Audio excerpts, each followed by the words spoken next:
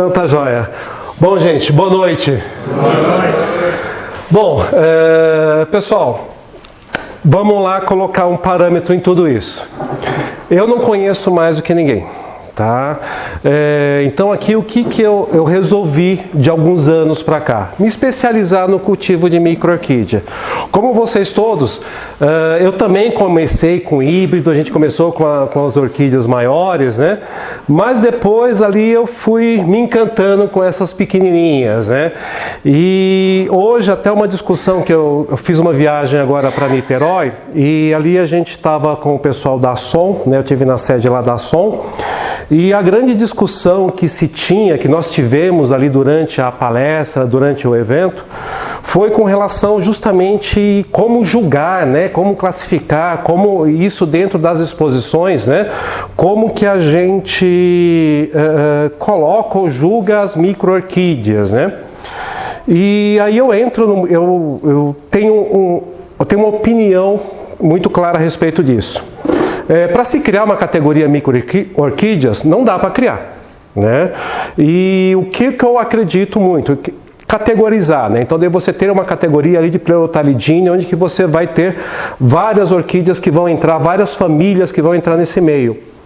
E o grande, porque assim, Bulbophyllum, Cattleya, todos esses gêneros, Phalaenopsis, todas elas têm orquídeas grandes, têm médias, mas tem micros também. Então já são privilegiados, né? E o Prelotarius hoje são mais ou menos se eu não errar muito, em 50 gêneros. Aproximadamente ou até um pouco mais. Então é uma família já que tem como a gente trabalhar ela como sendo aí para ter um julgamento ou ter uma família separada. E aí essa era a grande discussão, né? Como julgar e como classificar isso. E eu vejo justamente isso. Não tem como a gente separar o julgamento. O que a gente sempre comenta? Separar a micro-orquídea na exposição para que ela seja vista. E a minha briga maior hoje, né, no bom sentido, né, a luta que a gente encabeça aí, é realmente fazer com que a micro-orquídea seja reconhecida como uma orquídea. Ponto. Porque a micro-orquídea, ela sempre foi conhecida como mato, ou matinho, certo? A maioria das pessoas tinha vergonha ou tem vergonha de dizer que cultivava micro-orquídea. Então a minha briga, a minha luta hoje é justamente essa, para provar que a micro-orquídea é uma orquídea. Então eu não brigo por um privilégio, né? Eu brigo para que ela seja considerada uma orquídea, porque ela é uma orquídea. Qual que é a diferença? Ela é pequena, mas é uma orquídea. E aí o que a gente sempre comenta, não adianta dentro da exposição, muitas vezes a gente coloca ali aquelas Cattleya, os dendróbios, né? Não, aquelas grandes, aí sobrou um buraquinho, a gente coloca uma micro-orquídea. Ninguém vai olhar, ninguém vai notar, ninguém vai ver aquela planta. Então o que a gente sempre comenta, fazer um local separado, onde que a gente possa colocar as micro-orquídeas e ali o público também, as pessoas também apreciarem. Porque a grande questão hoje, ninguém mais tem espaço dentro de casa, ninguém mais tem aqueles quintais maravilhosos, né, com um espaço muito grande, principalmente dentro aí de São Paulo ou das grandes cidades, das grandes metrópoles. E hoje muita gente gosta e quer cultivar orquídea, mas não tem um espaço muito grande. E o cultivo de micro-orquídea ou de orquídeas pequenas e médias, a gente consegue trazer também mais pessoas que vão apreciar o hobby e cada vez mais também poder trazer pessoas para as associações, para as agremiações e cada vez mais a gente está renovando aí as pessoas que gostam desse hobby como a gente, né? Então isso é importante também para que cada vez a gente possa trazer mais pessoas aí dentro das associações. Então essa é a minha briga e essa foi a discussão nossa lá. Tá ok, gente? Bom, eu tive aqui há algum tempo atrás, a gente falou um pouquinho a respeito das micro-orquídeas, né? E ali eu sei que ficou muitas dúvidas, né? Ali a gente depois ficou conversando no bate-papo, sempre algumas dúvidas.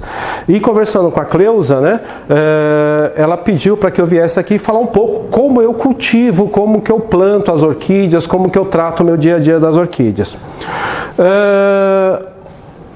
Se vocês lembram, né, da última vez que a gente esteve aqui conversando, o que é uma das coisas mais importantes dentro do cultivo de micro-orquídea? A orquídea grande ou as orquídeas maiores, você normalmente cultiva a planta. É o cultivo da planta. A micro-orquídea, você primeiro precisa criar o ambiente para ela. E se você não cria o ambiente para ela, dificilmente você vai ter um sucesso no cultivo. Não é necessariamente você criar um enorme ambiente, mas dentro do orquidário, dentro de onde você cultiva, você separar um espaço onde que você vai cultivar as micro-orquídeas. Porque ali você precisa ter e manter ali a umidade, algumas das coisas que a gente conversou, depois a gente dá uma repassada em cima disso. Mas o que é importante? Criar esse microambiente. Em primeiro lugar, criando esse microambiente, o cultivo ele anda de uma forma bem tranquila. E o que a gente sempre comenta, segura um pouco o bolso, a ansiedade.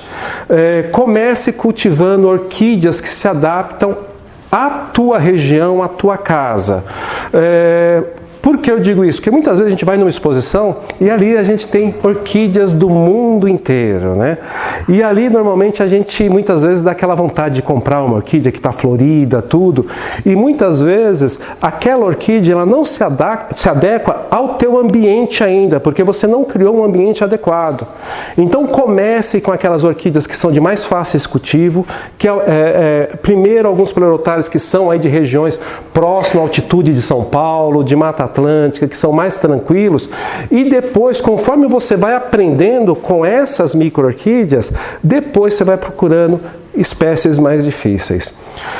Se você já começa com a mais difícil, você já não tem um ambiente propício para ela. O que vai acontecer? Ela vai morrer, não. Você vai matar ela, né? Porque a orquídea não morre, a orquídea é teimosa. A gente que mata, né? Então, sempre comento, comece com orquídeas mais fáceis, mais tranquilas. Eu trouxe aqui para vocês depois, se vocês quiserem, eu não sei se todo mundo teve a oportunidade de vir aqui na mesa, eu gostaria que vocês levantassem e viessem um pouquinho aqui na mesa, quem cultiva e quem gosta de micro-orquídea. Por favor, vem cá, vem um pouquinho, eu gostaria que vocês viessem um pouquinho aqui. Ô pessoal, tudo bom? Estou aqui na Sosa falando um pouquinho sobre o plantio e o cultivo de micro-orquídeas, tá ok? Aguardo vocês aqui para uma próxima reunião. Bom, gente, aqui o que eu quero que vocês observem? São plantas que estão cultivadas, vocês vão ver que aquela questão de quantidade de esfagno que se coloca nas plantas, que normalmente se cultiva, que você precisa ter uma quantidade grande de esfagno, você não tem, né? Então, eu trouxe espécies de várias regiões, de fácil e de difícil cultivo. Mas o que vocês podem observar? Que aqui eu não tenho uma quantidade grande de esfagno colocado nas plantas, somente o suficiente para que ela tenha umidade. Tá? Então eu gostaria que vocês observassem para vocês verem como que eu planto as orquídeas. Pinheiro aqui não? Aqui é quase isso. Isso daqui é uma Cristoncenella uncata, ou Maxillarium cata, né? Então essa planta aqui eu devo ter lá aproximadamente já uns 8 anos aproximadamente, tá? Ó, e ela foi plantada num pedaço de toquinho de ipê, tá? Amarrada com cordão, a raiz dela está se desenvolvendo e como toda Cristoncenella, ela só está presa por essa base. E aqui ela vai crescendo e vai se desenvolvendo. Isso aqui é uma quilandísia? Oi? Uma quilandísia, isso aqui? Isso não, isso daqui é uma Fimatidium. Porque é uma planta que normalmente é muito difícil de cultivar. Ela é fácil de você achar na natureza, mas ela é difícil de cultivar. E vocês vejam como que ela está aqui, ó, toda enraizando, se desenvolvendo. Até parece uma tilandísia, né? Tem uma aqui. Por isso você falou, tem uma tilandísia aqui. Então vocês vejam o desenvolvimento dela. Isso daqui é uma planta que, por mais que vocês vejam bastante, é uma planta de difícil cultivo. Na natureza ela tem fácil, mas no cultivo ela é muito difícil, tá? Essa planta também é uma outra plantinha muito difícil de você cultivar. Na verdade, ela é fácil. Mas depois que você acha o jeito, ela tem um jeito, tem uma forma muito fácil de você cultivar ela. Só que normalmente, como o pessoal fala é micro-orquídea, o pessoal vai e taca muito esfagno nela. Aí ela morre afogada. Então vocês vejam, praticamente não tem esfagno nessa planta. Ó. A quantidade de esfagno que ela tem é mínima. Algumas nem precisa colocar, né? Algumas colocar até direto. É, verdade, verdade. Bom, gente, era isso que eu queria mostrar. Então vamos lá para a gente falar um pouquinho agora. Você vê que eu nem fui aí. É aí, pessoal. Bom, então vocês viram aqui, deu para mostrar um pouquinho de como que é o cultivo. Então assim, o que que acontece, gente? Por que que eu consigo cultivar dessa forma? Porque eu criei um ambiente para essas plantas. Se você não criar um ambiente para essas plantas, dificilmente você vai conseguir cultivá-las. Ah, Roberto, mas tem que ser só na madeira? Não. Pode ser em vaso, pode ser o substrato que você quiser. Desde que o teu ambiente, o que vai mandar é o teu substrato, o teu ambiente de cultivo, se ele é mais seco, se ele é mais úmido, como você criou esse ambiente. E o segundo, o tempo que você tem disponível para cuidar da planta. Então, essas duas coisas que vão determinar que tipo de substrato você vai utilizar e como você vai cultivar a tua planta. Aqui, eu viajo muito por causa do meu trabalho, eu sou gerente comercial, então eu viajo a cada 15 dias, no mínimo, e agora também estou viajando no final de semana, que eu viajo nas palestras, a minha esposa está aqui, que já está até com raiva de mim. Mas, o que que acontece? Eu não tenho muito tempo de cuidar das plantas.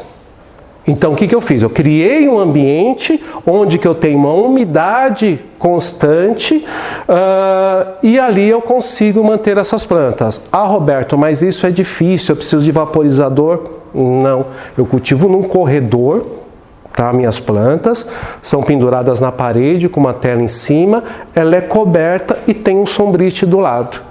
Só que ela é fechada nas laterais. Simplesmente isso.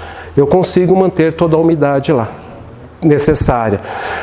Às vezes é necessário você colocar plantas no fundo, no chão, também mantém a umidade. Então, para manter e criar esse ambiente de umidade não é difícil, é muito simples. Basta a gente ter um ambiente separado. Tá ok? A questão é que a gente aqui em São Paulo tem um problema muito grave também, que a colega falou, de chuva, né? Porque muitas vezes, boa parte do ano é seco, mas ali você pega 30, 40 dias de chuva constante. Quando eu morava na Zona Sul, ali próximo do Jabaquara, próximo à Serra do Mar, ali eu não precisava cobrir meu orquidário. Agora eu estou morando na Zona Norte. Na Zona Norte eu tenho uma quantidade de vento muito grande e ali eu tenho também chuva, mas a chuva ela é um pouco mais constante em algumas épocas do ano. Lá eu precisei cobrir meu orquidário. Então, não é eu que mando, é o ambiente que manda e a gente tem que observar isso no ambiente para a gente poder saber o que a gente tem que usar em casa. Quando a gente cultiva em vaso, a questão do substrato. Nenhum substrato para vaso presta. E todos prestam. Tudo vai depender como que você cultiva, como que é a tua rega, como que você faz. Então, essas coisas que a gente tem que observar, gente, e no dia a dia. Vamos falar um pouquinho, começando a falar um pouquinho o material que eu utilizo para plantar. Aí depois a gente vai falar um pouquinho de vaso, vamos falar um pouquinho de cada coisa. Normalmente eu utilizo madeiras, ou utilizo nó de pinhos, né? Então aqui eu tenho nó de pinho normal. A gente, casca de cortiça, pedaço de cortiça, casca de madeira de peroba, madeira de construção normal, né? Só madeira dura, tá? Sempre madeira de lei. Da mesma forma que um outro pedaço de madeira que eu peguei, eu rachei ele no meio, ó, já fica a ranhura do jeito que você precisa para plantar micro-orquídeas. Pequenos troncos, madeira, casca de coco, madeira reciclada, aqui ó, madeira de construção, madeira de lei. Então qualquer tipo de madeira você pode utilizar para plantar micro-orquídea.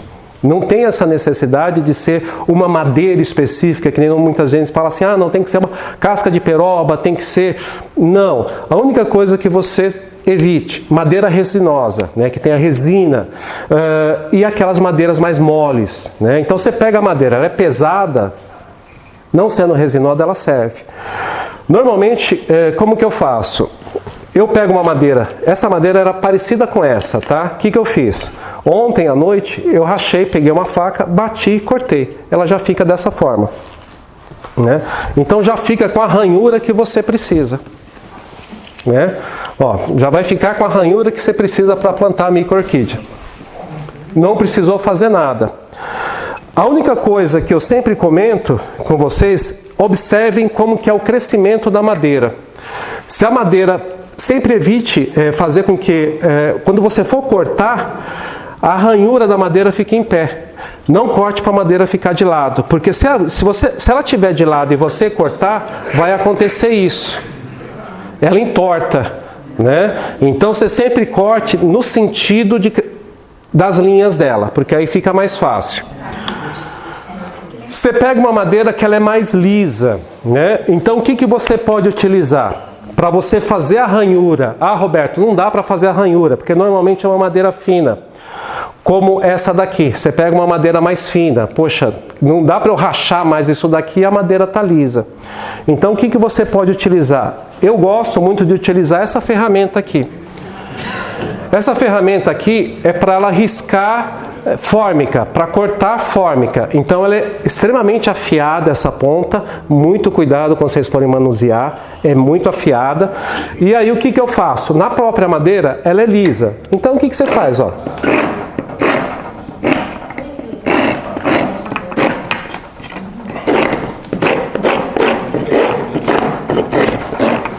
Então isso daqui, você não precisa fazer aqueles sulcos profundos. Só isso daí já é o suficiente para você plantar a micro-orquídea. Ela precisa, porque se aquele sulco muito profundo é ruim, porque ali acumula muita matéria orgânica, né, e acaba abafando a raiz com o tempo e depois a raiz morre, né?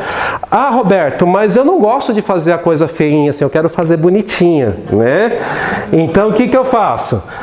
A mesma madeira, uma madeira lisa, quer fazer assim bonitinho, normalmente eu uso a serra. A simples serra. Você vai pegar ela, cortar aqui a serra, você vai fazer assim, ó, 3 linhas normalmente, e vai cortando, e depois você vira.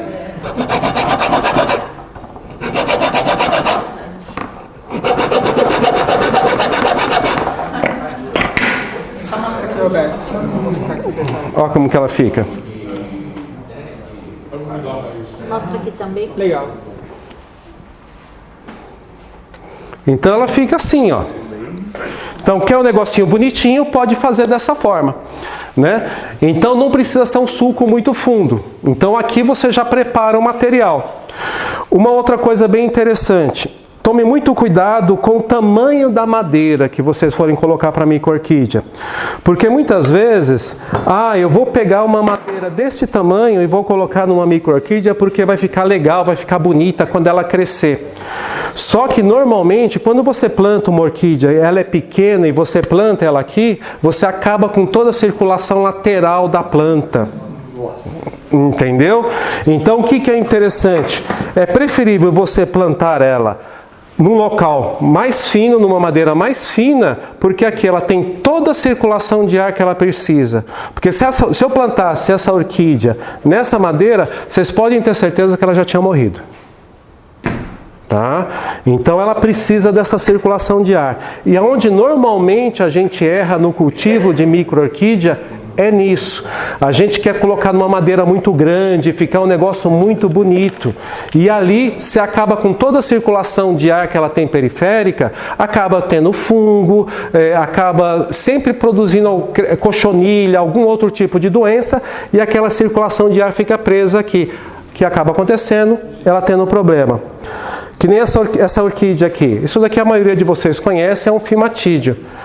É uma planta bem tranquila, cresce, se desenvolve muito bem. Você vê umas touceiras lindas na natureza. Você pega ela, traz para sua casa, ela morre. Você mata. Normalmente isso. Por quê? Porque você pega aquela touceira e aí você pega uma madeira mais ou menos desse tamanho e você fala, não, ela vai ficar bonita aqui numa madeira grande. Não. É a pior coisa que você faz. É coloca a planta num galinho, bem fino. E tome cuidado, principalmente com o gênero Fimatídeo. Ela tem uma particularidade.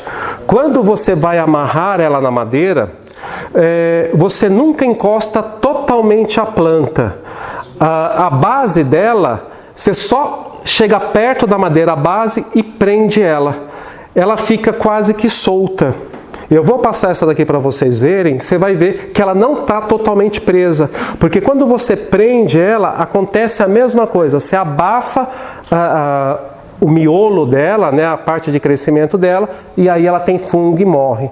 Todos os fimatídeos eu cultivo dessa forma. Normalmente madeira com grossura de um dedo no máximo, e amarrado com linha, e eu encosto só a base e você dá essa prendida. O que eu coloco? Um pouquinho de esfagno só para que ela possa se adaptar. Tá? Ó. Essa câmera aqui. Tá vendo? Hoje eu tô com... Tem 2 câmeras filmando, gente. E até tem uma bromelinha aí em cima, né? Então isso daí é um dos segredos também. Vocês vejam uma planta como essa, né? Essa planta que eu estava comentando com vocês, eu tenho aproximadamente ela já há uns 8 anos, no mínimo. Que eu lembro é 8 anos. Já passou a floração dela, né? É uma Christensonella uncata. Aí vocês falam assim, Roberto, poxa, mas uma planta desse tamanho, numa madeirinha dessa, né? Pô, você poderia colocar numa madeira maior, mas se eu colocar eu vou matar ela. No máximo, você pega uma planta dessa, no máximo que eu colocaria numa madeira dessa. No máximo. Né? Por quê? Porque ela precisa de toda essa área de circulação. E o que normalmente acontece com micro-orquídea é isso. Ela começa a se desenvolver, fica grande, e aí você coloca ela ou numa madeira ou num vaso maior. O que acontece? Você mata a circulação de ar que ela tem em volta. O que acontece? Ela morre. Você pode ver que normalmente quando ela começa a entolcerar e ficar bonita e você muda para um outro lugar, ela morre. Aí você fala assim, poxa, ela sentiu, ela é delicada. Não é que ela é delicada. Você simplesmente abafou a planta. Né? E é isso que acontece. Então essa daqui, ó, vocês vão ver que é uma planta saudável, está aqui, está se desenvolvendo bem, não tem sinal nenhum, né? É uma planta que, se eu tivesse em vaso de esfagno, eu deveria estar trocando o esfagno a cada 1 ano e meio, 2 anos. Como ela está em madeira, já tem 8, 9 anos e se pode deixar mais uns 2, 3 anos ou até mais, tranquilamente ela vai ficar aí. Uma outra planta que é bem bacana, e normalmente o pessoal também comenta que ela acaba morrendo muito fácil, é isso daqui, é o Nitocéphalus, tá? Esse daqui é o Mirtícula. Normalmente, como que o pessoal planta essa planta? Ou põe ela num vaso, né? Ou põe na madeira e se coloca uma quantidade de esfagno embaixo, ou põe esfagno embaixo e põe ela por cima, certo? Só que na natureza, é uma outra coisa que a gente tem que observar e sempre olhar, essa planta ela fica nos galhos das árvores, normalmente galhos mortos ou pontas de galhos, então ela tem uma circulação de ar imensa.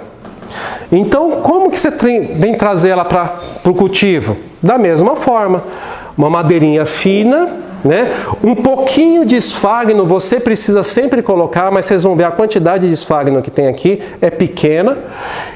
E toda orquídea que for dessa forma de crescimento, ela sempre tem que ficar de lado ou para baixo, meio inclinada para baixo. Você nunca coloca ela para cima, porque senão ela acumula água. Ela acumula água e começa a fungar as folhas e ela começa a morrer. Então ela sempre ou de lado ou um pouquinho para baixo. Essa planta aqui, em cultivo, ela já tem aproximadamente 1, 2, 3, 4, 5... mais ou menos de 4 a 5 anos, tá? Em cultivo. Dá uma olhada como que ela tá.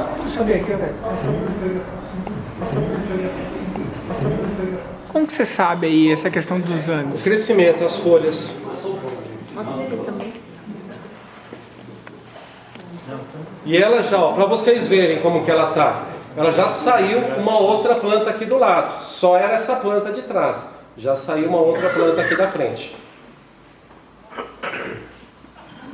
Então, o que elas precisam? É circulação de ar.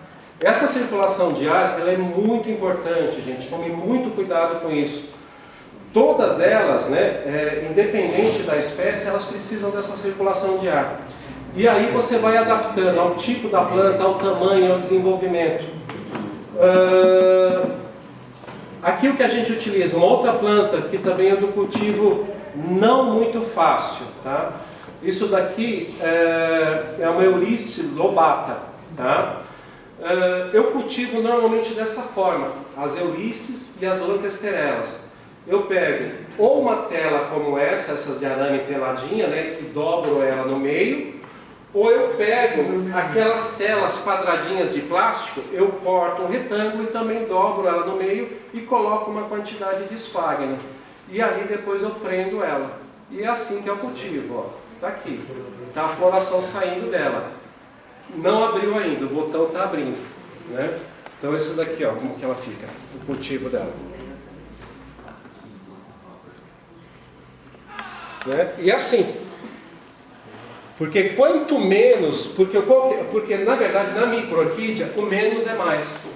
Então assim, posso pegar tu aqui? Não, quando você começou a falar, eu já vi a matança.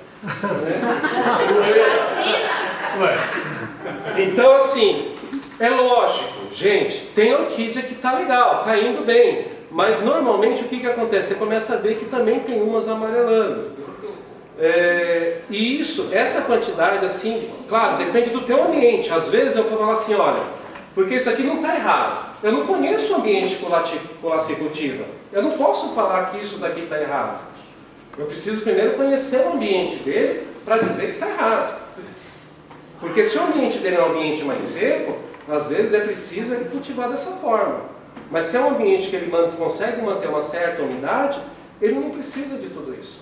Por isso que é importante, a microorquídea é dependente totalmente do ambiente. E aqui, para a gente errar numa rega, é muito fácil. Se errou na rega, morreu tudo.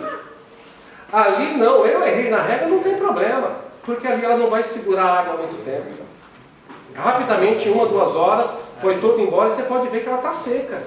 O esfagno está seco, não está aquele esfagno que segura muito umidade. Agora, o que é interessante? Essas plantas aqui, na natureza, como que a maioria vegeta? Na parte baixa da árvore e normalmente protegida da chuva. Então, o que acontece? Ela não recebe água direto, é mais a umidade ambiente. Entendeu? Então, por isso que ela não pode ter muita água. Se ela tiver excesso de água, ela vai morrer, ela vai fungar. Uma outra coisa bem interessante. Normalmente, nas madeiras que eu utilizo, eu procuro utilizar essas madeiras, mesmo os troncos, né? Eu pego esses pedacinhos de tronco, sempre madeira dura, né? Como essa daqui é uma madeira que eu tenho, ela já usei em cultivo, mas é uma madeira, um pedaço de ipê. Uso também sanção do campo, mas sanção do campo eu normalmente gosto de rachar ele no meio e eu planto nessa parte, não planto aqui nessa parte de dentro, tá? E aqui, como que eu uso? O kit, né, do micreiro, né, do microorquidófilo, né, vamos dizer assim, é esse daqui. É a linha, tesoura, alicate, é o que você precisa. E o esfagno. E é isso que vocês precisam, o esfagno. Normalmente é isso. Aqui tem muita florzinha pequenininha. Ó, essa madeira aqui também é uma outra planta que está aqui há algum tempo. Ela foi cortada, a gente fez o corte dela aqui. E ela está inclusive florida. É uma Optomera leptotifila. E vocês vejam, essa é uma coisa que até eu vou mostrar para vocês que é bem interessante. Essa planta aqui, essa primeira folha, que a flor está aberta, é a folha nova. Essa folha desenvolveu, o meu orquidário não estava coberto. Aí eu cobri ele, tem mais ou menos o quê? 15 dias, 20. 30 dias aproximadamente. 30. Uns 30 dias. Aí o que acontece? Choveu bastante esses dias. Olha o que aconteceu na folha. Ela está com mancha de fungo. Então por quê? Porque tive excesso de água. Então na hora que você cobre, eu tive que cobrir por causa disso daí. Então a gente também tem os problemas, né? A gente não é tudo maravilha, a gente também tem os problemas. Então eu tive que cobrir meu orquidário porque começou a ter esse problema de excesso de água, né, no orquidário. Laci, eu vou mostrar para você aqui, são duas plantas que eu queria mostrar muito, e principalmente aqui que eu tinha conversado com o Laci. Né? Porque o Laci, da outra vez que eu estive aqui, o Laci comentou comigo, ô Roberto, eu estou com um problema com zigotastes, né? A leniana, porque não florescia e tal. Aí eu falei para ele, ô Laci, ela é micro-orquídea, mas ela não precisa ser tratada que nem um bebê, ela gosta de luz, então coloca na parte alta do orquidário. O que aconteceu? Nossa, está lotado de botão. Dá muito. A micro-orquídea, ela é uma orquídea normal. Então, da mesma forma que você trata uma orquídea, você vai tratar ela também. Ela precisa de luz, se ela não tiver luz, ela não floresce. Essa daqui é uma planta que ela é muito delicada e ela está aí, é uma planta dificílimo cultivo. Tá? Normalmente, quando você pega uma planta dessa forma aqui, um Centroglossa macroceras, o pessoal sempre faz o seguinte, pega essa planta, coloca aquele chumaço de esfagno, pega assim ó, mesmo, pega isso daqui assim ó, e coloca embaixo da planta. Isso daqui você está afogando a planta. E o que é interessante, normalmente as centroglossas e as macroceras, as centroglossas e os zigotastes, a raiz dela é peludinha. Então aqui ela já retém a umidade que ela precisa. Você só precisa colocar ó, a quantidade de esfagno que eu coloquei embaixo dela para ela se adaptar. Mas a raiz dela é peluda, a raiz dela já segura a umidade que ela precisa. Você não precisa entupir de esfagno. Claro, o ambiente, você precisa estar com o ambiente desenvolvido para ela, precisa. Mas você veja a quantidade mínima que você coloca. Essa planta aqui, a gente morava lá no Jabaquara ainda. 2, 3. Essa planta aqui, olha, tem alguns anos, não vou saber precisar. Ela é muito lenta. Eu quebrei o haste dela agora, acabei de quebrar, mas olha como que eu planto ela. E aonde que ela fica? Na parte alta do orquidário, que nem as zigotastes. Está embaixo. Ela fica assim, só que eu deixo ela mais ou menos assim, uns 50 centímetros para baixo. Ela não fica bem em cima, fica um pouquinho abaixo. Mas são uma planta que assim, você não precisa de colocar muito substrato, ela acaba se desenvolvendo bem. Né? Bom, gente, é isso. Normalmente, quando eu vou pegar uma planta como essa madeira aqui já está podre. Ó. É a hora de você trocar ela. Começou a apodrecer, a madeira começa a se dissolver, é a hora de trocar. Ó. A planta já foi embora. Eu vou você virar a planta daí sem quebrar as raízes. Como é que eu faço aqui sem quebrar a raiz? Poxa, esse é o problema. Você por água e tudo, mas por mais cuidado que você tome. Então vamos lá, gente. Por mais cuidado que eu tome, eu vou quebrar parte dessas raízes. Se eu tentar tirar seco, eu vou quebrar muita raiz. Se eu tirar molhado, eu vou quebrar pouca raiz. Essa é a diferença. Se você amarrar esse toquinho aí no outro toco, funciona? Funciona, tá? Só que muitas vezes eu vou ser aqui, o que vai acontecer? Isso daqui vai começar a apodrecer de uma maneira que a orquídea, ela entende que a árvore está morrendo, tá? E aí o que acontece? Ela começa muitas vezes ela entende que a árvore está morrendo e ela também acaba definhando, entendeu? Porque aqui esse substrato tem orquídeas que adoram a madeira podre, mas muitas não gostam. Só que não dá para você arriscar com isso. Então normalmente o que eu faço? Eu quebro mesmo e tiro. Ela está podre. Se é uma madeira um pouco mais grossa, e vamos dizer, eu pego uma madeira que ela é um pouco mais grossa, o que eu faço? Normalmente eu vou molhar ela primeiro. Não precisa ficar muito tempo, é só para molhar o velame dela mesmo. Eu pego a tesoura, a madeira está podre já. Eu enfio no meio dela. Ó, ela já começa a quebrar toda a madeira. Aí aquilo que você falou, que você comentou, que aqui tem linha. Aí eu vou tirar a linha, aí o que eu faço? Tiro toda essa parte aqui. Ó, ficou com parte da casca ainda. Parte da casca está aqui. Aí sim, aí eu pego qualquer outra madeira que eu for colocar ela, aí eu simplesmente faço isso. Você não precisa limpar toda a madeira. Aí aqui, prendi ela novamente. Aí o que eu vou fazer?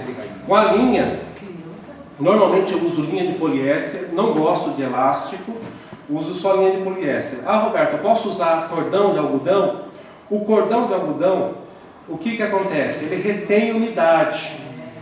Então, dependendo da planta, pode ser um excesso de umidade, principalmente na época de chuva. Então eu prefiro a linha porque a linha não retém água. E aí o que eu faço? Primeiro, você tem que prender a planta. Então vai aqui com a linha e aí você prende a planta. Prendeu a planta, prende a parte de baixo primeiro, todas as raízes. Vocês viram que eu praticamente não machuquei pouca raiz. Ela está presa aqui no meio, passo uma vez aqui no meio, pronto. A planta está presa. Ela não pode ficar se mexendo. A planta está presa. O que eu faço agora? O esfagno. Ó.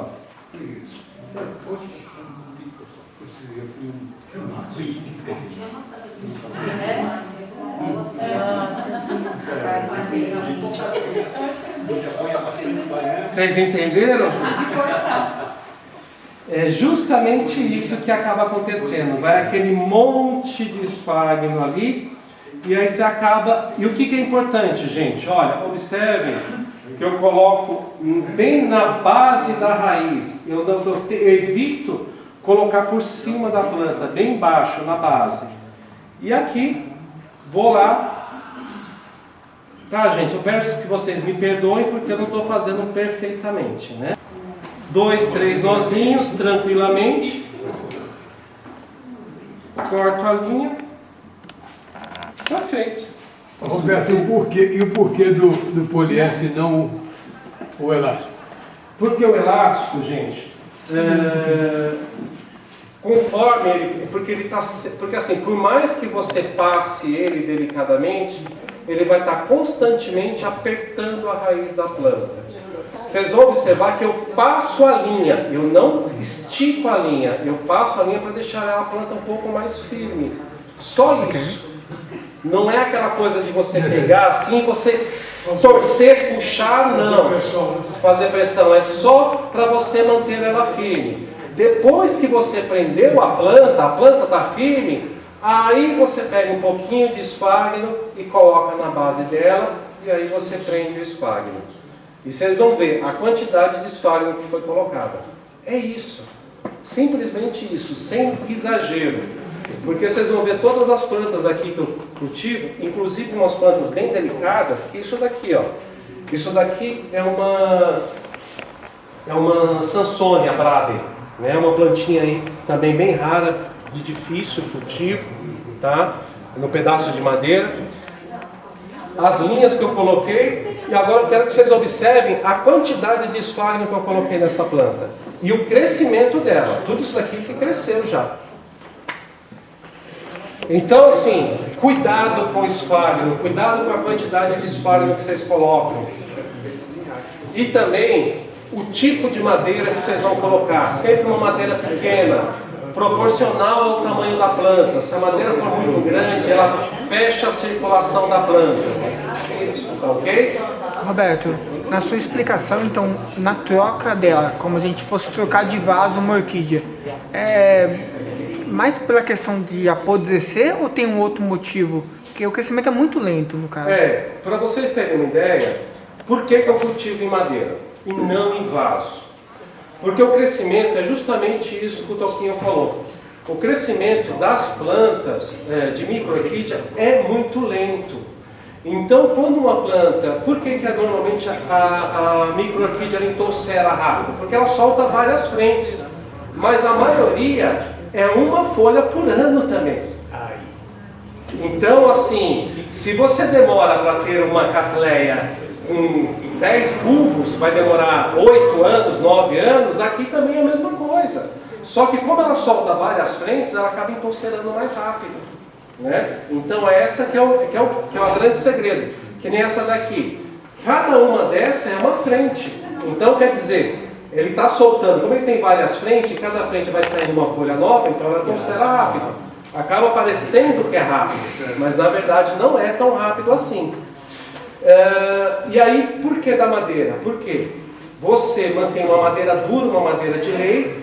Normalmente você vai ter uma planta com 8, 10 anos, dá tempo da planta ficar adulta, crescer e florescer muito bem. Eu só troco a planta, agora respondendo diretamente a tua pergunta, eu só troco a planta quando a madeira apodrece. Só isso. Por isso que eu não uso mais madeira mole, porque quando eu usava muito madeira mole, galho de algumas árvores, ela apodrecia rápido e a cada 2, 3 anos eu tinha que ficar trocando a planta. Então eu nunca tinha uma planta bonita, saudável, se desenvolvendo bem. Por isso que eu faço isso. Tá? É simplesmente por isso. E nem uma planta como essa planta aqui, ela estava numa madeira mole. Eu já troquei ela umas 2 vezes. E agora eu plantei nessa madeira aqui. Já tem uns 3 anos que eu fiz a troca dela. Essa daqui é uma Fabistiella punctatifolio. Tá? Ela estava numa madeira mole. Eu fiz da mesma forma que eu fiz naquela, quebrei a raiz, abri e colei aqui. Olha como que ela está. É isso, ela vai se desenvolvendo. Agora, do jeito que ela está aí, ela vai ficar 10 anos ainda. Eu não vou precisar mais mexer nessa planta nunca mais. E aí esse é o grande segredo, gente. A gente ter uma madeira do tamanho proporcional à planta, que eu tenha circulação de ar na planta, cria primeiro esse ambiente. Em primeiro lugar, gente, cria o ambiente. Tem que criar um ambiente onde que eu tenha luz, onde que eu tenha umidade. Eu não posso também, uma outra coisa, gente, que isso também eu acabo, vocês viram que eu falei muito de circulação de ar. Tome muito cuidado quando vocês forem colocar as plantas na orquidária de vocês. Não coloquem as plantas assim. Tem muita gente que fala, não, vou colocar as plantas tudo bonitinha. Coloque uma separada da outra, mantenha a distância entre uma planta e outra, mais ou menos assim, pelo menos a metade do tamanho da madeira que você tem, para que elas não fiquem encostadas e cada uma possa receber a quantidade de luz, a ventilação, tudo certinho, porque aí elas vão se desenvolver. Quando você faz assim, a competição entre elas aumenta e aqui entre elas vai criar um local onde que a umidade não vai ter circulação de ar, vai desenvolver cochonilha, vai desenvolver pulgão e vai ter algum tipo de doença ali também nas folhas. Ok?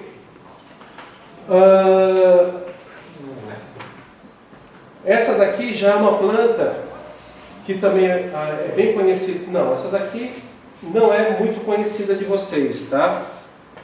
Ela é parecida com a irmã dela, mas não é, tá? Essas plantas aqui também é uma outra forma que eu planto. Parece a mesma coisa que eu plantei, né? Parece plantado da mesma forma que as outras, mas não tá. Essas plantas aqui são aquelas plantas repitantes. Elas saem crescendo como tipo essa daqui também, tá? Ela vai sair o rizoma dela e ela vai crescendo. Normalmente, o que eu faço? Eu nunca coloco o esfagno aqui embaixo desse tipo de planta. Eu coloco ele do lado. Uma simples mudança. De embaixo, coloco de lado. Por que de lado? Porque como o rizoma dela é rastejante, se eu colocar embaixo, normalmente a parte de baixo já está morta. Então o que acontece? Ela não vai conseguir pegar, para adaptação, ela não vai conseguir pegar a água que ela precisa. Você colocando de lado, ela pega a água que ela precisa e se desenvolve. Agora observe uma coisa bem interessante que eu vou mostrar para vocês aqui, nessa planta. O esfagno está aqui, né? Do lado. As raízes estão nascendo, certo? Para onde que as raízes estão indo? Fugindo do esfagno? Fugindo do esfagno. Por quê? A raiz que está aqui no esfagno está aqui pegando o que ela precisa de umidade. As outras raízes, ó, tá tudo fugindo do esfagno. Aí muitas vezes a gente vai lá e pega, não, a raiz está ali, eu vou colocar mais esfagno. Vou fechar. O que você está fazendo? Você está abafando cada vez mais, você está matando a planta. Ela precisa ficar solta, ela precisa ficar livre. Só aquele pouquinho de esfagno do lado para ela se desenvolver. Roberto, aproveitando. Substrato, gente, é o que não falta para utilizar para microorquídea. Isso daqui também, ó, isso daqui é uma resina que é utilizada, que a gente fez uma resina. E aqui é um compartimento que aqui se coloca esfagno. Qual que é o natural que a gente faria aqui? Esse local que está o esfagno, eu pegaria a planta e plantaria aqui. Certo? Na verdade, esse esfagno fica aqui, ele enche de água e a umidade vai subindo. A planta pega só o que ela precisa. A gente não precisa. Eu uso isso aí embaixo com bandejas com pedra brita. Sim, é umidade ambiente. É umidade ambiente. Né? Plantas grandes, é lógico. Aí plantas grandes você tem que colocar uma madeira proporcional também ao tamanho da planta. Então você vai colocar, essa planta aqui é uma Nutella. Eu plantei ela tem uns 2 anos aqui, mais ou menos, 1 ano e meio, 2 anos. Mas vocês podem observar em todas as plantas que eu passei aí para vocês, a quantidade de esfagno está aqui, a raiz sempre foge do esfagno. Sempre foge do esfagno. Aqui é uma panduripétala, da mesma forma, ela estava numa madeira, há algum tempo atrás, eu tirei da madeira e coloquei no nó de pinho. Ah, o nó de pinho é bom? Não é bom? Não sei, mas olha a quantidade de raiz dessa planta. Essa planta aqui, por infelicidade, um pintor estava arrumando umas calhas lá em casa, ele caiu com a calha lá de cima, a tinta, e pintou todas as minhas plantas. Né? Tá tudo pintado, isso aqui não é fungo, isso aqui é tinta, tá, gente? Mas, ó, a raiz, ó, como que ela tá. E ó, o esfagno tá aqui. Você adorou esse pintor. Ó, nossa, cara. Quanto ele vale o pegou mais ou serviço menos umas 150 plantas. Aquela tinta que passa em calha. Bom, o prejuízo foi menor porque ele não caiu. Porque graças a Deus está vivo. Mas assim, caiu a lata de tinta. E aí pintou todas as plantas. Mas olha o que é legal. E matou mesmo. E aqui, ó, o esfagno, ela foge do esfagno. Né? Rolha, gente. Normalmente o pessoal fala muito de plantar em rolha, né? Tem algumas pessoas que fazem e vendem orquídeas dessa forma, tudo. Eu nunca plantei, eu não planto e não utilizo. O Massuji utiliza muito rolha. O que eu vejo na rolha, ela acaba limitando o espaço da planta, então ela acaba não se desenvolvendo. Se é uma planta de pequeno porte, ok, mas muitas vezes você vai plantar uma barbocella, você vai plantar uma fabaceae grande, esse espaço é limitado. Aí o que vai acontecer? Daqui 1 ano, 2 anos, você vai ter que tirar essa planta daqui e plantar em outro lugar. Então eu já prefiro plantar num lugar onde eu não vou precisar mexer nela, pelo menos durante 4, 5, 6 anos. E se a gente for pensar aqui, gente, sempre utilizem essas madeirinhas pequenas. Todas aquelas madeiras que vocês jogavam fora, é o que serve para microorquídea. E o que você planta microorquídea. Tá? Normalmente é aquela que você vai jogar fora, você planta. Isso daqui é uma Rauliella brasiliensis, tá? Olha como que ela está aí. Bom, gente, uma outra coisa interessante. Essa daqui é um xaxim, eu tinha alguns pedaços de xaxim em casa e eu utilizei para algumas orquídeas. Essa é igual aquela amigo minha ali atrás? Não. Não. Quer dizer, é essa daqui. Quanto tempo faz que essa planta está plantada aqui? Acho que uns 8 meses. Uns 8 meses, tá? Olha, essa planta está plantada há 8 meses, certo? Você vê ela nasceu cá. Essa planta aí, sabe quando que eu plantei ela? Essa planta aí eu plantei ela em abril. Essa planta foi plantada aí em abril. Com poda. A raiz, porque assim, gente, não se preocupe com floração, não se preocupe com folha, tá? Não se preocupe com floração e não se preocupe com broto novo, nem com nada disso. Sempre se preocupe com a raiz da planta. Se você não conseguir fazer com que a raiz da planta se desenvolva, dificilmente ela vai dar uma boa floração e ela vai se desenvolver. Você vê que a minha aí está apertada. Você viu? Mas aqui, às vezes, o que é? Você colocar só um pouquinho de esfagno aqui para ela começar a se desenvolver, corta essas hastes secas aqui que ela tampa, não serve mais para nada, um pouquinho de esfagno aqui embaixo, pronto. É o suficiente para ela, entendeu? E a planta, que você falou, essa planta aí tem abril, maio, junho, julho, agosto, tem 4 meses, a metade do tempo da tua. Você viu a diferença como ela está, né?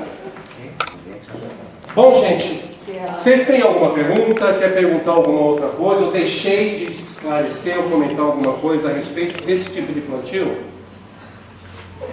Faltou alguma coisa, gente? Bom, como é que a gente está de horário? Quer fazer um café? Então vamos fazer um café, aí depois a gente fala um pouquinho do plantio no vaso e a gente... Por favor!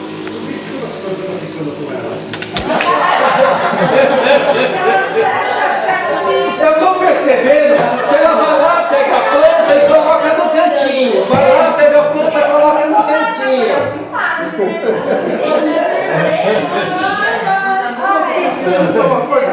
Bom, gente, eu posso dar mangueirada na microquímica ou só tem que ser pulverizado? Nossa, gente. Essa é uma ótima pergunta, tá? Com relação à mangueira, ao jato de mangueira, a regar, é o que eu faço em casa. Mas fala isso. A única coisa que eu faço, tá? Eu compro, sabe aqueles bicos que você tem várias formas de saída do jato?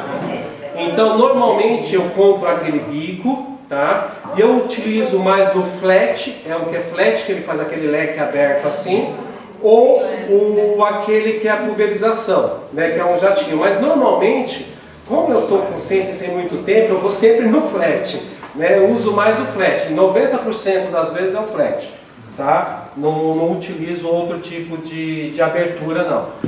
Ah, Roberto, mas é água da rua, tem química, tem isso, tem aquilo. Olha, eu cultivo orquídea, já tem mais ou menos micro-orquídea, tem uns 10 anos, sempre fiz isso. Né? Então, nunca tive problema. Né? Obrigado, gente. Obrigado, meu sapatinho. Mas assim, nunca tive problema. Ô moça, devolve aquelas plantas que vocês Tem uma observação. O Jean X Graça diz o seguinte: boa noite, tenho rolhas, agora vou me aventurar em ossos. Ô Jean, eu conheci uns amigos da gente, eu conheci quando eu tive. Ô Jean, o osso, qual que é o problema? Normalmente a gente pode cultivar em rolha, não estou dizendo que não dá para cultivar em rolha. A única coisa que o senhor fala de rolha é que às vezes é a questão do espaço de desenvolvimento da planta. Osso, dá para cultivar em osso também, tá? Só o que você tem que fazer? Tomar cuidado para secar muito bem esse osso. Né? Então, normalmente, tirar toda aquela parte de carne, o resto de carne, ou tutano que fica ali no osso, deixar secar bem, escorrer bem, e depois você utilizar. Então, não é um material que você pode pegar ele só escovar, limpar e já usar. Não, tem que deixar secar bem. Normalmente, aí depois você pode utilizar. O pessoal usa sempre aquelas juntas da costela, que aquela é mais fácil, já tem o tamanho certinho para você poder amarrar a planta. Mas tem algumas pessoas que usam até casca de ostra para também cultivar a orquídea. E vai bem, tá? Então, isso daí também é possível utilizar. Gente. Bom, gente, vamos lá para a gente dar continuidade aí para ver se a gente acaba até meia-noite. É um perigo. Seu nome é? Lourdes. Por que assim, Lourdes? A Lourdes pediu para mim assim agora, gente. Falou assim, Roberto, pedi para você me replantar essa planta aqui. Eu não conheço o ambiente de cultivo dela. E aí, como que eu vou plantar essa planta? Não, pode deixar. Obrigado. Eu sou novo ainda, cara. Então, assim, esse que é o grande problema. Porque muitas vezes a gente sai, um colega da gente fala assim, eu planto minhas plantas assim e vão super bem. E aí a gente vai lá e pega aquela planta e replanta ela do jeito do colega nosso. Só que a planta morre. E aí fala assim, poxa, eu que não soube fazer ou plantar a planta direito. Não, você não levou em consideração o seu ambiente. Porque muitas vezes eu vou pegar essa sua planta e vou plantar. Posso até fazer isso se você quiser. Só que o que vai acontecer, como eu não conheço o ambiente dela, o risco da planta morrer é grande. Entendeu? Então assim, o que é interessante? Como que eu faria? Como é que eu planto as minhas micrômeras em casa? Eu pego, normalmente, é a mesma coisa, a micrômera, as capanêmias, normalmente elas também têm um problema muito grande com a falta de circulação, muito grande. A micrômera e a gerte, por incrível que pareça, são duas plantinhas muito chatas de se manter. A gerte é a pior, é a campeã, né? Mas a supérflua é mais tranquila, é a mais fácil que tem. Aí vem a micrômera, depois as difíceis. É a supérflua, depois vem a micrômera e depois vem a gerte. A gerte é a pior, a gerte é muito difícil. Essa planta, se eu fosse plantar ela, eu pegaria essa madeira aqui, normalmente essa madeira. Puxei o celular. Espertinho, né? Então assim, foi o seu ou foi o meu? Ainda bem. Eu tiraria um pouco dessa casca aqui, porque isso daqui, essa casca ela se desfaz, muito fácil, Então tiraria um pouco dessa casca. Por quê? Porque ela gosta de lugar mais redondo. Gente, vocês vão brigar comigo que eu estou sujando todo o chão aqui. Depois eu limpo? Até meia-noite eu posso ficar aqui.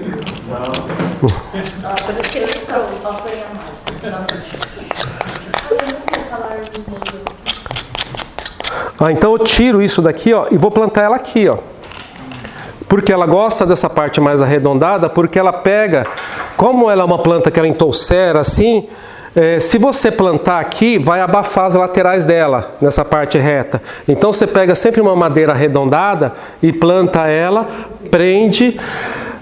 Não precisa, no meu ambiente, eu não uso esfagno, eu planto direto na madeira e pronto.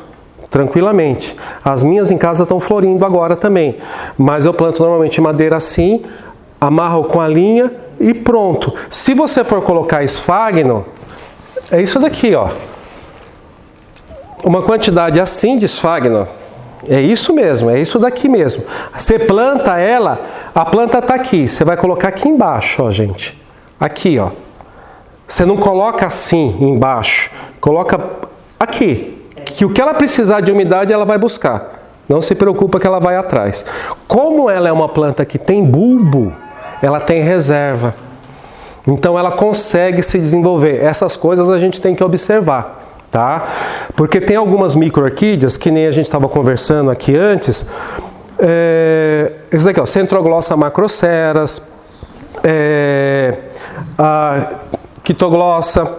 Todas essas plantas aqui, elas têm bulbo, pequeno, mas tem bulbo. Então assim, elas têm um pouco de reserva de alimento. Então por isso você não precisa colocar uma grande quantidade também de esfagno. Tome muito cuidado com isso. Tá ok?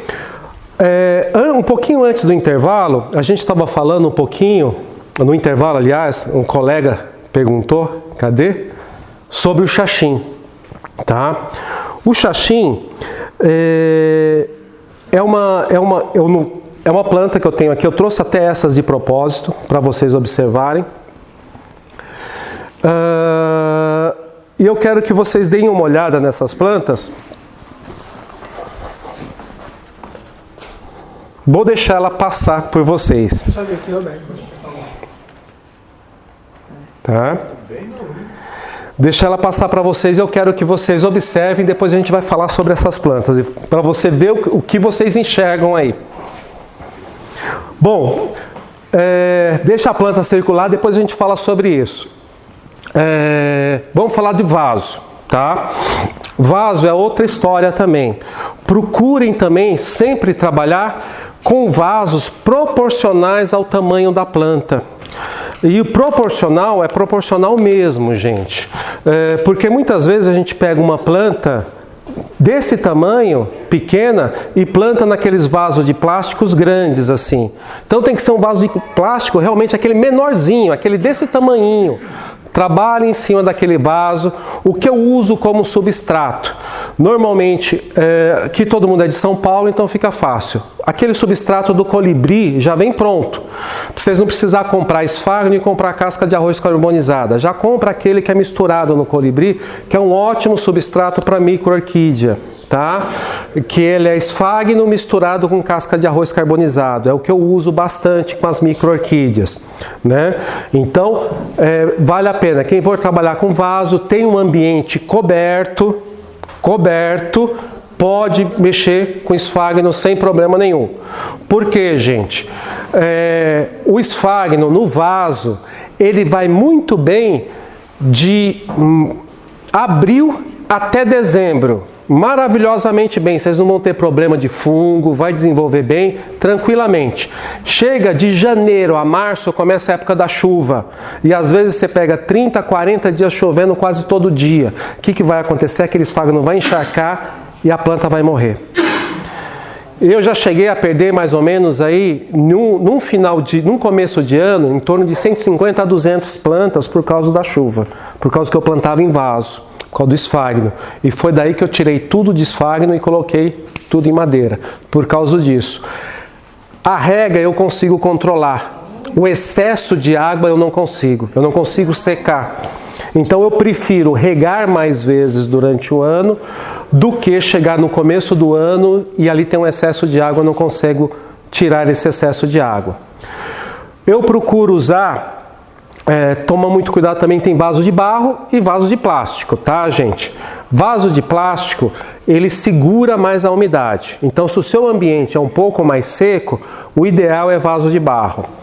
De plástico, desculpa. Se o seu ambiente é um pouco mais úmido, o vaso de barro, ele retém menos a umidade. Então, não é simplesmente enfeite isso. São ferramentas que a gente tem que conhecer para a gente usar. Então, vaso. Sempre procurem ter uma boa drenagem. O fundo do vaso tem que ter furos, uma boa drenagem. Toma cuidado. Bom, vocês já cultivam plantas há muito tempo. Quando o vaso, tipo esses vasos de plástico, tome muito cuidado quando você coloca na bancada. Se é uma bancada reta, quando você coloca ele, muitas vezes essa água não tem por onde sair. Acaba ficando aquela sujeirinha ali do lado do vaso e ele acaba vedando e a água não drena. Tome muito cuidado com isso. Então procure ter uma bancada aonde que o vaso ele possa ter um espaço para a água sair também, principalmente em vaso pequeno, porque o vaso grande, se você tem um espaço bacana, tranquilo, mas vaso pequeno, qualquer madeirinha mais grossa, você tampa 100% o fundo dele. Então o que eu uso normalmente? Sabe aquelas telas de alambrado? Que ela é um pouco menor, ali de 1 polegada mais ou menos, então que ela é trançada, então uso nela na bancada e aonde que eu coloco meus vasos, porque ali não tem problema de acumular água. Ah, Roberto, mas é caro fazer isso, é muito caro esses alambrados. Então tem uma de plástico, que ela também tem de mais ou menos 1 centímetro, e ela fica em torno de 4,50 metros. Então você faz uma bancada com madeira um pouco mais resistente, coloca aquela tela de plástico por cima, os vasos vão drenar tranquilamente, não tem problema nenhum. Substrato. Às vezes eu uso também uma mistura de chips de pinos, brita e carvão, tá? Só que lave muito bem esse substrato, lave a brita também, se possível desinfete a brita. Ah, Roberto, mas a brita é inerte. A brita é inerte, mas normalmente o caminhão que carrega a brita carrega areia. E a areia às vezes ali tem algum tipo de parasita ali, então é interessante você lavar a brita e esterilizar a brita. Casca de pino, seque muito bem, também lave ela. O carvão, você só lava e tira o pó. Normalmente como é que eu faço? Eu pego aquela peneira de pedreiro, lavo, então passo ali primeiro aquela peneira de pedreiro, tiro todo o pó que ela tem. Depois eu pego uma tela, aquelas telas de plástico, eu faço uma peneira mais ou menos com uma abertura de 1 centímetro e ali eu peneiro. Então só utilizo aquilo que passa da peneira. Aqueles maiores eu descarto ou uso nas plantas grandes. Então uso aquela mistura, 1/3 de cada, brita, carvão e pinos, e ali eu planto a maioria aí das plantas maiores, né? Então utilizo mais. Plantas maiores brasileiras, tá? Normalmente essas plantas que são ali dos Andes ou da Colômbia, Peru, Equador, essas plantas importadas, normalmente eu uso muito o substrato de esfagno com casca de pinos também, e normalmente vaso de plástico, porque elas gostam de um pouco mais de umidade. Tá ok, pessoal? Bom, gente, já rodou o xaxim aí? Tá rodando aí. Tá chegando aí, então beleza. Tá chegando a Cleusa para ela pegar ela de novo aí. Vamos lá, o xaxim, gente, a maioria das pessoas aí já viram, né? A grande maioria. O que vocês notaram nas plantas? O desenvolvimento não está bem. Tá. E eu acho que seca muito rápido. Tá. Ela ficou muito úmida, aparentemente. Pra mim, xaxim vai Né? Vai bem. Só que acontece algumas plantas, eu tenho plantas que só se desenvolvem no xaxim. Tem plantas que só se desenvolvem no xaxim. Tem algumas plantas que nem vocês observaram ali, tem algumas que gostam e outras que não gostam. A grande maioria, principalmente de micro, ela assim, quando você coloca a planta no esfagno, assim, ela faz isso, ó. O desenvolvimento dela é uma maravilha. Só que depois de alguns anos, ela começa a ir para trás. E aí o grande problema é esse, a planta está grande e para você transplantar do xaxim sem quebrar a raiz. Aí é o problema. Então eu parei de usar xaxim por causa disso. E quando ele começa a acidificar, você vai ver que a planta menor, a pequena, que a grande é uma Babistiella crassifolia. E crassicaulis, é isso mesmo. E a outra é uma Natalis Victorinoi. Aquela Natalis Victorinoi, você pode ver que a planta está definhando, está indo para trás. Ela está com uma folhinha nova, mas ela está indo para trás. Por quê? Porque o xaxim já está ácido. Não é nem tanto pela umidade, ele está ácido já. Então ela está indo para trás. Só que se eu pegar aquela planta, vou pegar ela agora para vocês, para mostrar.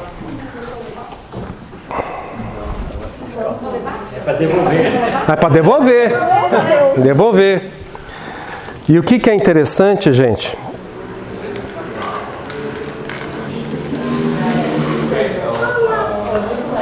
Não tem raiz viva. Não tem raiz viva.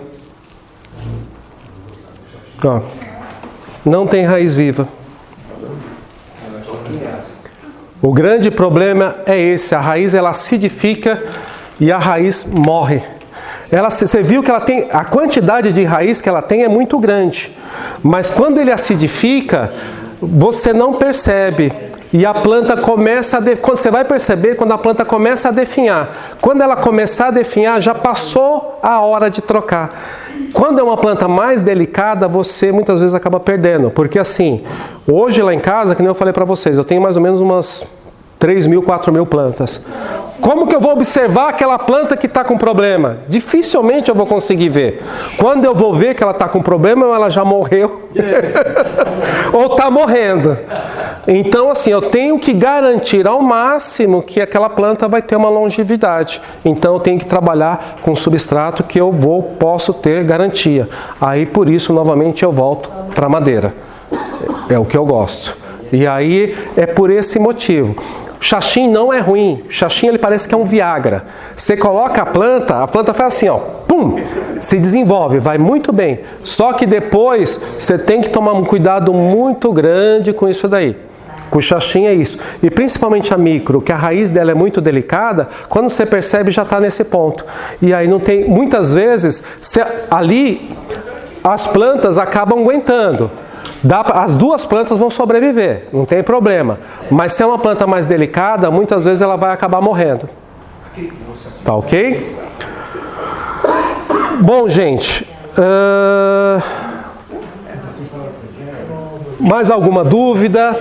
Alguma coisa que vocês esperam perguntar? Ou deixei de falar alguma coisa para vocês? Ah, uma coisa legal. Essa madeira aqui que eu trouxe, para mostrar para vocês como que eu faço lá em casa, tá? Essa daqui é minha guia. Na hora que eu vou cortar o arame das plantas, para que eu possa ter uma camada em cima, depois uma outra camada embaixo, e ali regulando elas, tá? Então, assim, eu uso um padrão. E esse padrão é bacana, porque assim, o que acontece? Se eu pegar uma planta daqui e mudar de lugar, ela vai ficar da mesma altura, vai ficar da mesma forma. Então eu pego qualquer planta que eu meço, ela vai bater na altura, entendeu? Na altura que eu cortei ela. E aí eu vou. Então se eu tenho um corredor meu, ele tem mais ou menos uns 7 metros. Então se eu pegar uma planta daqui e colocar ela no outro local, ela vai ficar exatamente na mesma posição e não vai interferir nas outras. Então eu procuro usar esse padrão. Então eu tenho sempre esse padrão de mistura, de corte. Então aqui, o que eu tenho? Até o 3 são as plantas que vão ficar penduradas na lateral. Esse curto é o que eu coloco em cima, é o mais próximo, é o mais alto. Depois eu vou para o meio, que aí ele pega um pouco mais de comprimento. Esse de 45 centímetros, também ele fica no meio, só que ele fica no meio, mas mais comprido. Esse de 50, ele já fica entre eles. E a da frente é esses 55 centímetros. Só que eles ficam mais ou menos uma distância. Esses que tem 45 centímetros, eu tenho mais 20. Sempre tem mais 20. 55 mais 20. Então sempre fica mais comprido. Então eles ficam mais ou menos, vai dar mais ou menos isso. 20 centímetros, 45 centímetros, depois esse de 50 vai dar mais ou menos uns 60 centímetros e o outro vai dar uns 75 centímetros. Então são 4, 5 comprimentos que eu coloco. E isso faz uma diferença muito grande. Para a gente não, mas para a orquídea faz. Você faz vários ambientes. E essas que estão embaixo normalmente são aquelas que gostam de um lugar mais sombreado. E todas elas têm ventilação. E uma nunca fica embaixo da outra. Eu sempre coloco elas intercaladas. É essa a questão que você tem. Como eu coloco ela na grade, então eu coloco aqui uma curta, uma comprida, uma curta, uma comprida. E assim eu vou intercalando elas. Então, você nunca tem uma orquídea embaixo da outra, principalmente por questão de doença, tudo isso. Depois que eu comecei a trabalhar dessa forma, eu já falei com vocês isso algumas vezes, mas depois que eu comecei a fazer isso, padronizar o meu cultivo, né? Que é uma coisa bem bacana que eu tinha comentado com vocês das outras vezes. Mas assim, depois que eu comecei a trabalhar padronizando o meu cultivo, tanto padronizando questão de madeira, vaso, porque assim, gente, eu tenho vaso também em casa. Só as plantas que eu tenho em madeira, elas estão num canto, as plantas que eu tenho em vaso, tem outro. Eu adoro masdevalha, eu vi aquela masdevalha ali, já fiquei de olho nela, né? E aí o que acontece? Eu tenho masdevalha também, eu cultivo masdevalha também, eu cultivo Drácula, só que eu tenho ela um local separado para elas.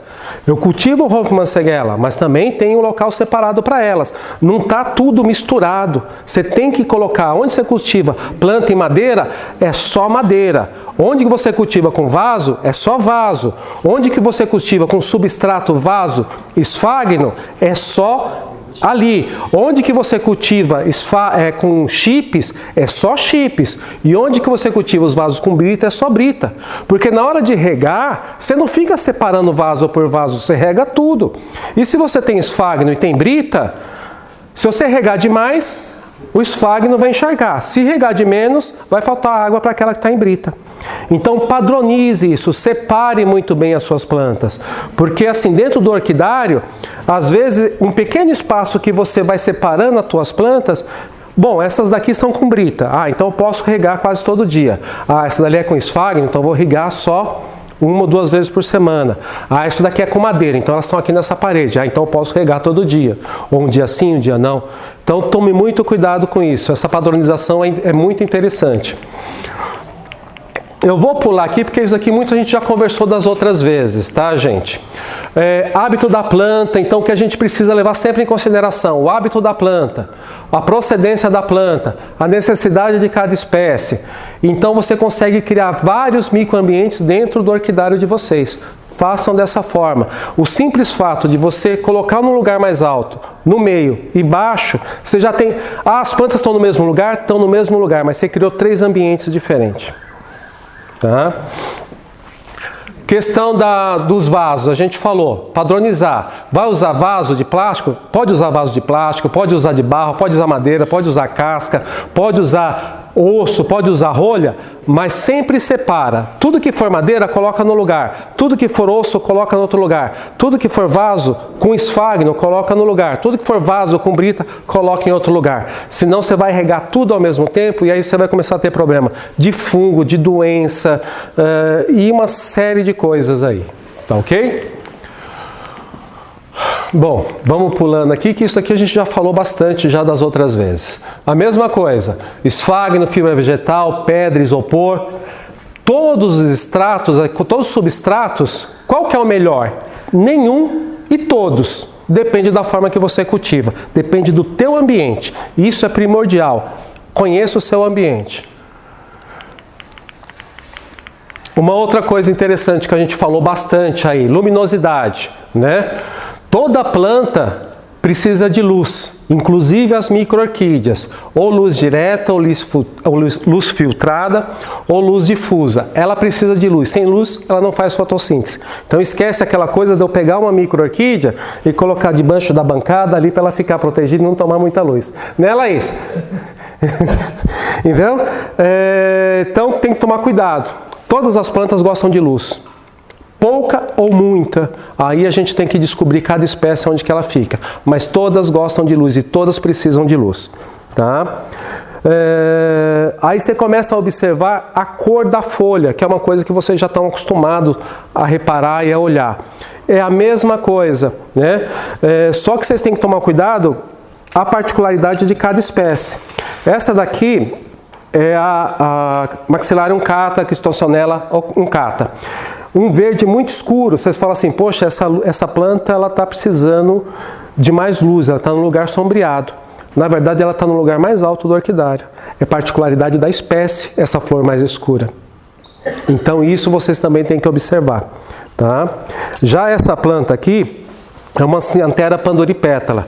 Roberta, ela está num lugar que bate bastante sol. Não, ela está num lugar sombreado. Então cada espécie vocês têm que olhar. Porque essa pandoripetala, ela gosta de lugar mais sombreado. E assim por diante. Tem que conhecer cada espécie, tem que olhar. Por isso que é importante a gente ler e conhecer as espécies. Bom, aqui é uma parte do meu orquidário, tá, gente? Essa distância que eu tinha falado para vocês aqui é o que eu utilizo. Então, aquelas plantas mais altas. Aqui eu tenho plantas intermediárias que estão aqui no meio. E aqui eu tenho as mais compridas. E aqui eu tenho as plantas que ficam no fundo do orquidário. Aqui não está encostado na parede, está mais ou menos a uns 10 centímetros de distância da parede. Então eu tenho circulação e luminosidade nele todo. Tá? Então as plantas que gostam de mais luz, aqui ó, uma Locartia lunífera, aqui eu tenho algumas octomérias. Então são plantas que gostam, aqui é uma Preston.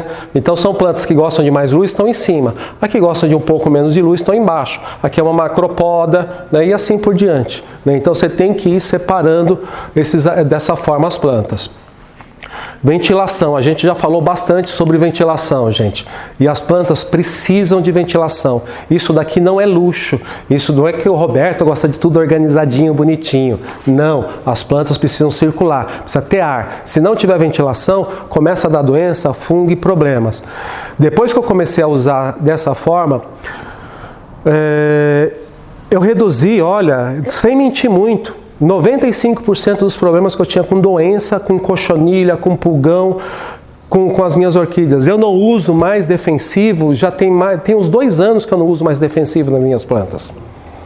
E eu usava praticamente todo mês. Tinha que pegar defensivo e jogar nas minhas plantas todo mês, porque com essa quantidade de planta, começava a me aparecer muita doença. Hoje eu tenho a mesma quantidade e não tenho nenhum tipo de doença nas plantas. Por quê? A padronização, ventilação e luz. Acabou os meus problemas. Tá? Aqui é o corredor que eu falo para vocês, né? Então essa parte aqui tem uma lateral, né? E o corredor começa aqui. E aqui é a continuidade do corredor. Então essas daqui são algumas plantas que eu tenho. E algumas delas estão aqui. E essa daqui é só uma parte, tá, gente? Eu tenho mais a parte da frente que aqui, na verdade, isso daqui é a parte do corredor lateral e do fundo da minha casa.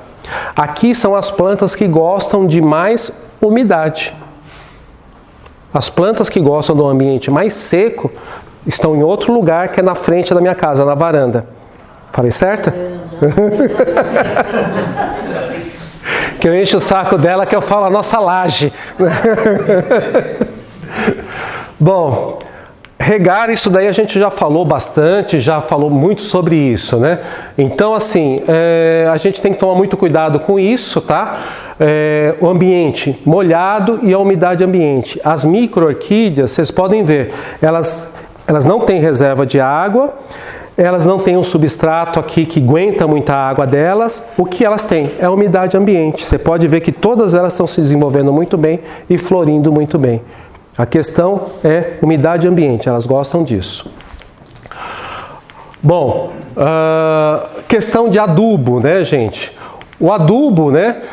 A gente tem que saber sempre o que o adubo, a gente fala muito daquilo que o adubo faz, né? Faz a adubação das plantas, para o crescimento, para o desenvolvimento, para a floração, para tudo isso. Mas uma coisa que é muito importante que a gente tem que sempre ter em mente é o que ele não faz. E isso é muito importante a gente saber. E o que o adubo não faz? É corrigir justamente os erros de cultivo. Então não adianta a gente não padronizar o nosso cultivo, não adianta a gente não ter um lugar bem com uma boa luminosidade, não ter um lugar com ventilação, não prestar atenção nas regas e falar, olha, eu vou comprar o melhor adubo do mundo e vai solucionar todos esses meus problemas. Não vai. Gente, adubo não corrige erro de cultivo. A gente precisa aprender a cultivar, porque o que o adubo ele é um suplemento alimentar da planta. Ponto. É só isso que ele faz. Ele faz essa suplementação alimentar dela. O resto, a planta faz sozinha. O que é importante? A nossa parte do nosso cultivo, o que a gente tem que cultivar? Não é isso. Não é a floração. A gente tem que cultivar a raiz. Fazer com que a planta desenvolva. Isso daqui a gente já falou bastante da última vez, né? Isso daqui depois a gente volta. Mas o que é importante? É isso daqui. Essa é a nossa parte. Isso que a gente tem que aprender a fazer. Se aprendeu a fazer isso, o resto é com a planta. O broto é ela que vai soltar, a floração é ela que vai soltar. Você não faz mais nada. Porque se você desenvolveu raiz, o que você colocou de adubo, de suplemento para ela, ela vai conseguir comer, vai conseguir absorver. Aí ela desenvolve folha, desenvolve fruto, desenvolve tudo. Mas se ela não tem raiz, como que ela vai comer?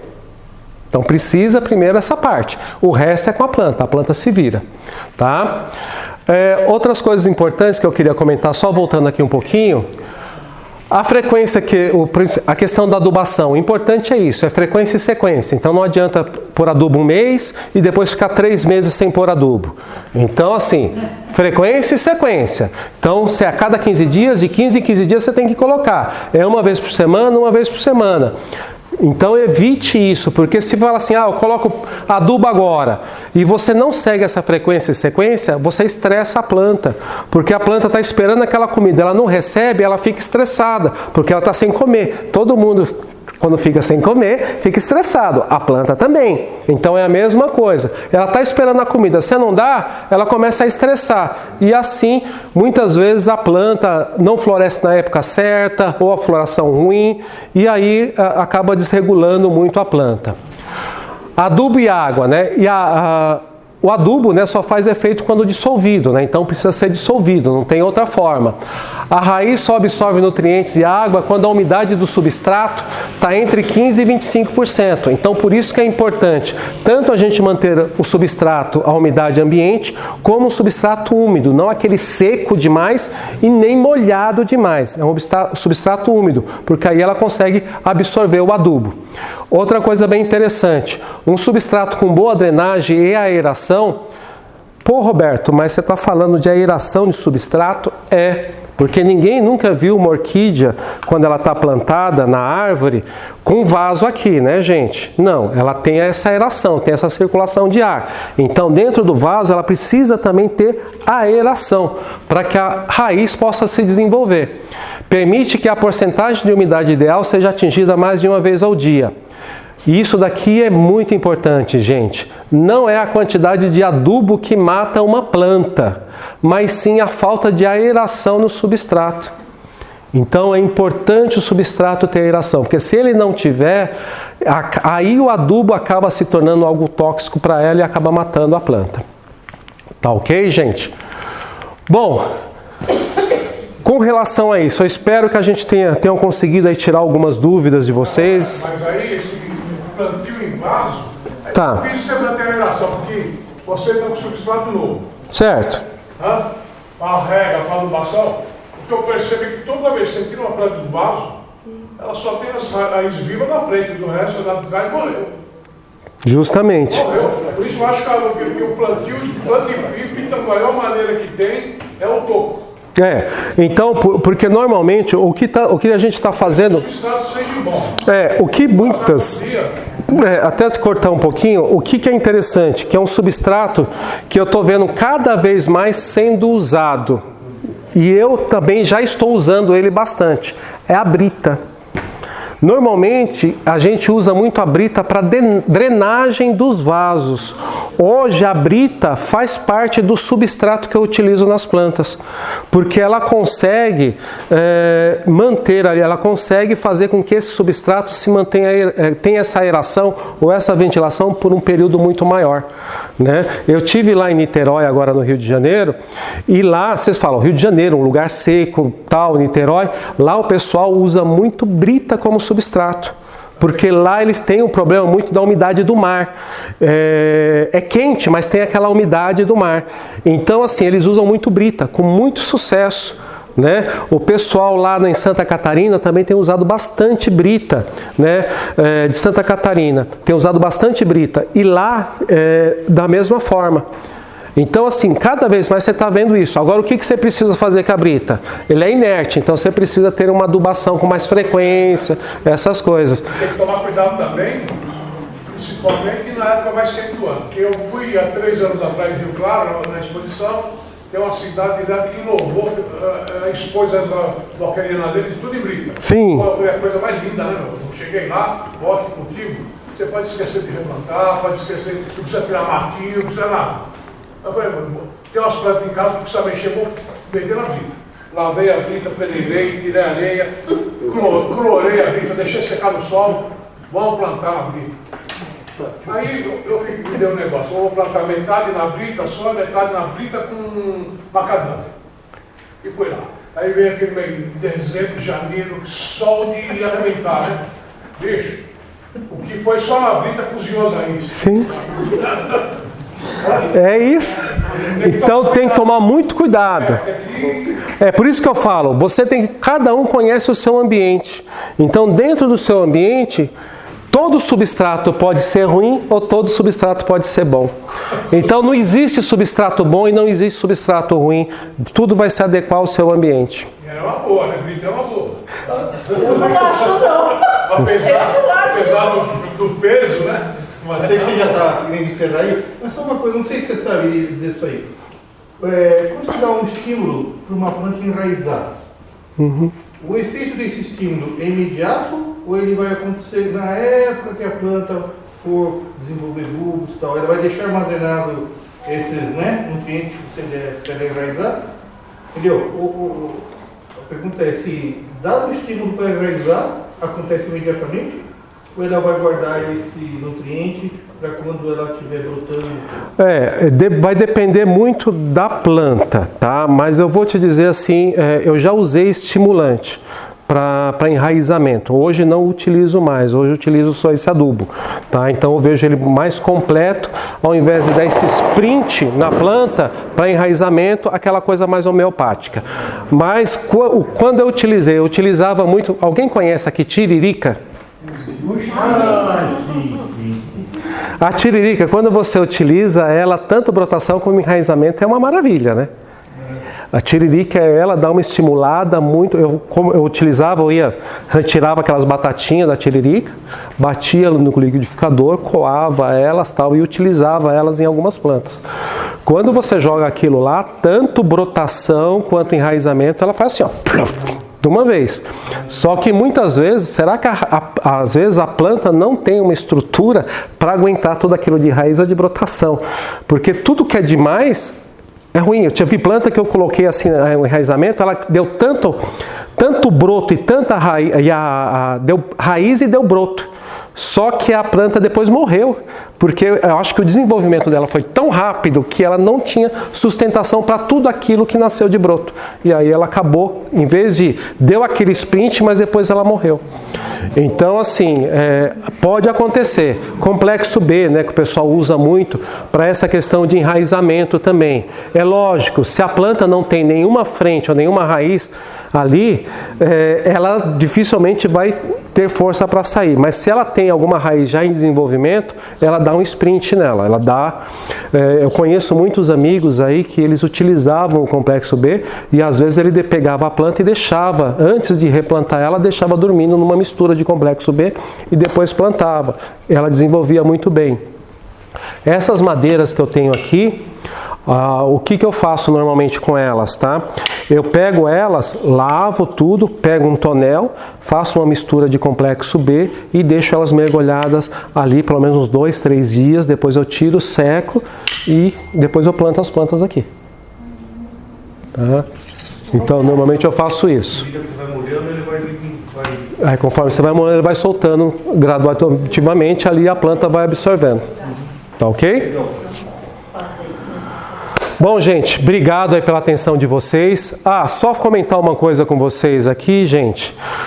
Esse adubo aqui é um adubo que eu tenho desenvolvido, que eu desenvolvi junto com o pessoal de Campinas, tá? É um adubo que a gente desenvolveu especialmente para micro-orquídeas, né?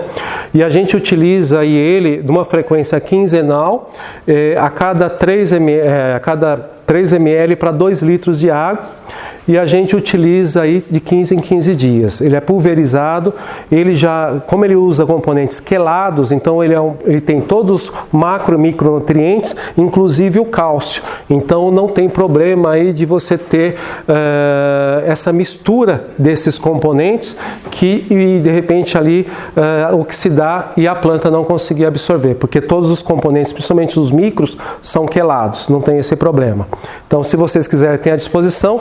E aqui também eu trouxe alguns números antigos da revista Coletânea, porque já está acabando, né, Campassi? Praticamente aqui são os últimos. A gente tem bastante do 12, do 11, do 12, do 14 e do 15. Mas do 11 para trás, 9 para trás, a gente não tem mais, tem as últimas unidades. Então, a gente está trazendo para vocês, quem quiser completar a coleção e faltar algum desses números, a gente tem alguns disponíveis aqui ainda. Tá ok, gente? Obrigado, boa noite aí, obrigado pela atenção de todos.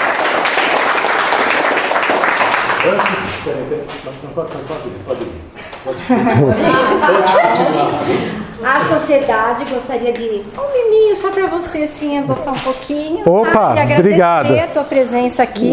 Gente, olha só. Maravilhosa. Peraí, vamos lá. Uau! É hoje. Será que eu tirei? Não sei. Você apertou a bolinha? Também quero agradecer muito ao Toquinho. Eu agradeço aí também.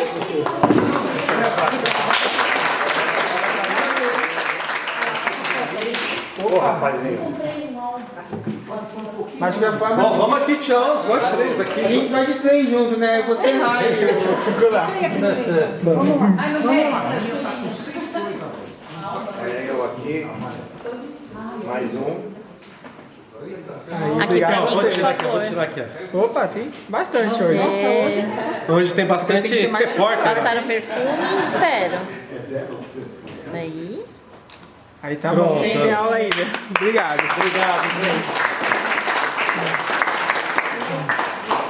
Antes de nós encerrarmos, o Samalim quer falar alguma coisa, né, Samalim? Vai pedir alguma coisa.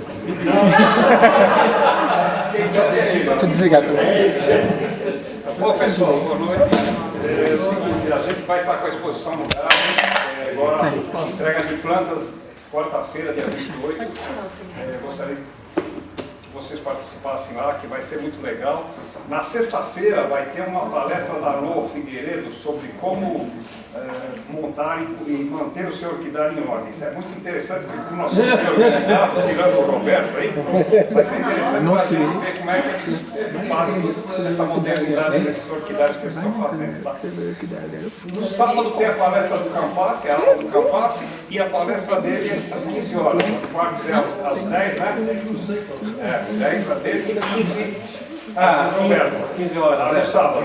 No sábado. E o Marcos às 10 do domingo também, tá? Quero que vocês compareçam, nos ajudem. Só isso aí.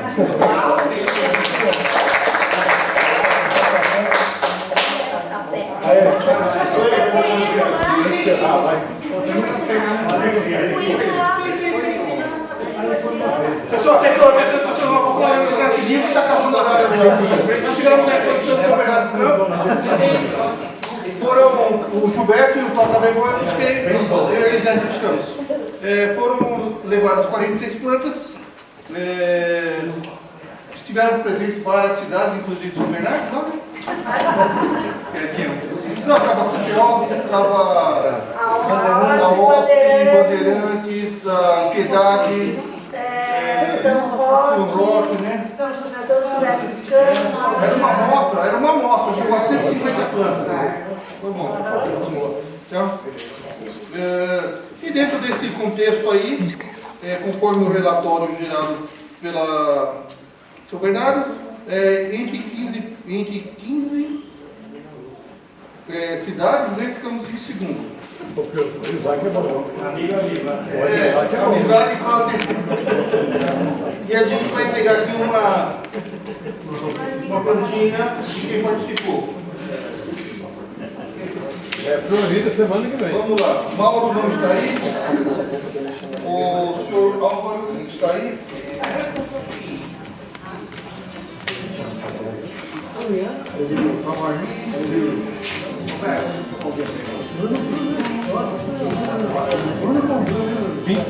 Marlinho Bruno.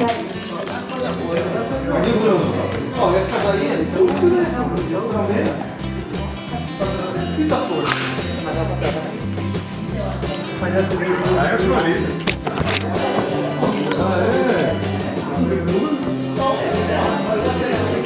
É Florida.